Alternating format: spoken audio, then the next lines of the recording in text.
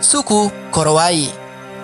Suku Korowai adalah suku yang keberadaannya baru saja ditemukan sekitar 36 tahun yang lalu di pedalaman Papua oleh misionaris Belanda yang bernama Johannes Veldhuizen. Suku ini mendiami wilayah Kaibar, Kabupaten Mapi, Papua. Populasi mereka saat ini mencapai sekitar 3.000 jiwa. Salah satu keunikan dari suku ini yaitu selain karena mereka menggunakan koteka, suku Korowai hidup dan tinggal di atas pohon yang tinggi. Rumah yang mereka buat biasanya terletak di bagian dahan dengan ketinggian mencapai 15 sampai dengan 50 meter. Mengapa suku Korowai membangun rumah di tempat yang tinggi? Suku Korowai membangun rumah di atas pohon bukan tanpa alasan. Mereka bertujuan agar mereka terhindar dari binatang buas dan juga gangguan dari roh jahat. Suku ini takut terhadap serangan laleo atau iblis yang kejam. Lalu, apa itu laleo? Mereka beranggapan bahwa laleo merupakan makhluk yang berjalan layaknya seperti mayat hidup dan berkeliaran pada malam hari. Sebutan laleo ditujukan untuk semua orang asing yang tidak termasuk dalam penduduk mereka. Bahkan, orang-orang Papua lainnya pun bisa disebut dengan julukan laleo. Mereka percaya bahwa semakin tinggi rumah yang mereka buat, maka akan semakin terhindar dari gangguan roh-roh jahat. Suku Korowai ini cukup populer di mancanegara.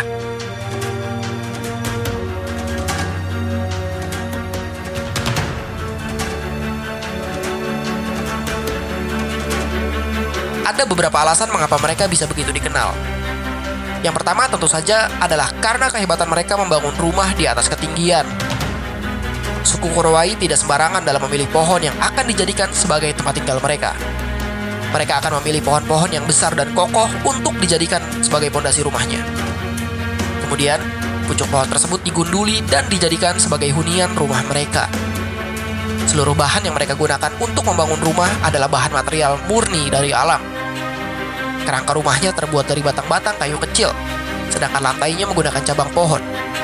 Kemudian, mereka memanfaatkan kulit pohon sagu dan daun-daun hutan sebagai dinding dan atap rumahnya. Setelah itu, semua bahan tersebut diikat menggunakan tali yang berasal dari ranting atau akar yang kuat. Biasanya, proses pembuatan rumah mereka memakan waktu 7 hari. Meskipun bahan yang digunakan berasal dari alam sekitar, rumah mereka sangat kokoh dan mampu menahan berbagai hantaman cuaca yang cukup ekstrim. Alasan kedua mengapa suku Korowai begitu populer adalah karena mereka sampai saat ini masih mempertahankan tradisi kanibalisme yang diturunkan dari nenek moyang mereka. Mengapa suku Korowai kanibal? Ada alasan tertentu yang mengharuskan kanibalisme terjadi di lingkungan suku Korowai. Penyebabnya adalah kanibalisme dilakukan sebagai hukuman bagi Kakua. Kakua adalah orang yang dipercaya sebagai dukun atau ahli sihir. Jadi, perilaku kanibalisme hanya akan dilakukan kepada orang-orang tertentu yang diduga sebagai dukun atau Kakua. Budaya tersebut dilakukan sebagai sistem peradilan pidana bagi masyarakat suku Korowai. Orang yang menjadi Kakua dipercaya dapat menyebabkan kematian anggota suku yang lain karena mereka bisa melakukan sihir, sehingga mereka harus dihukum. Hukuman tersebut semacam hukuman mati, tetapi jasadnya tidak dikuburkan. Suku Korowai meyakini bahwa Kakua bisa bangkit kembali. Mereka dianggap bukan manusia lagi dan sudah menjadi zombie. Sehingga ada sebuah prosesi di mana mereka memisahkan tubuh dan memakan daging orang yang diduga sebagai dukun atau Kakua. Dalam prosesi tersebut, suku Korowai tidak melibatkan wanita hamil dan anak-anak. Setelah selesai prosesi yang cukup mengerikan itu, masih ada prosesi lain yang harus dilakukan, yaitu mereka akan bernyanyi dan memukul-mukul dinding rumah tinggi mereka dengan kayu selama semalaman.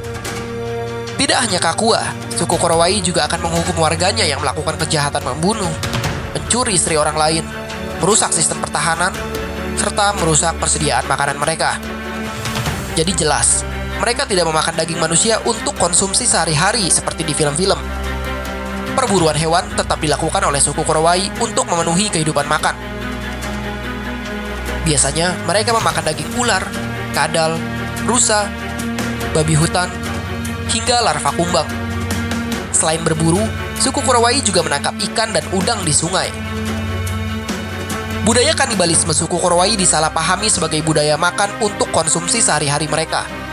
Persepsi keliru ini kemudian terus menyebar. Saat ini, budaya kanibalisme di suku Korowai sudah sedikit demi sedikit ditinggalkan, walaupun masih ada.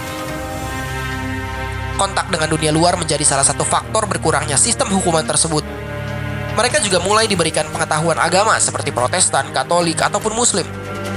Terbukanya suku Korowai juga terlihat dari diterimanya para peneliti hingga berbagai video dokumenter yang telah ditayangkan oleh stasiun TV. Saya berharap kemurnian tradisi dan budaya suku Korowai tidak hilang di telan zaman. Seiringan dengan mulai banyaknya wisatawan ataupun campur tangan orang dari dunia luar ke dalam masyarakat suku Korowai.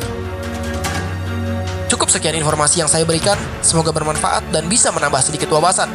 Sampai jumpa di video selanjutnya.